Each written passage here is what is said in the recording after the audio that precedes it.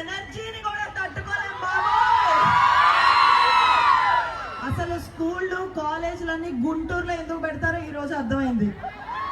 ఎందుకంటే ఇక్కడ youth mass ఎనర్జీలో ఉంటారు.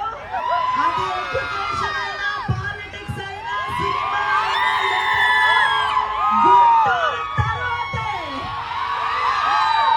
ఈరోజు దేశవ్యాప్తంగా వాళ్ళ కళను నమ్ముకొని బ్రతికే కళాకారులందరికీ ఒక గొప్ప వేదికనివ్వాలనుకున్నాం. కానీ సూపర్ డూపర్ బంపర్ హిట్ చేసిన ఘనత మాత్రం గుంటూరు ప్రజలగాని గర్వంగా చెప్తున్నాం.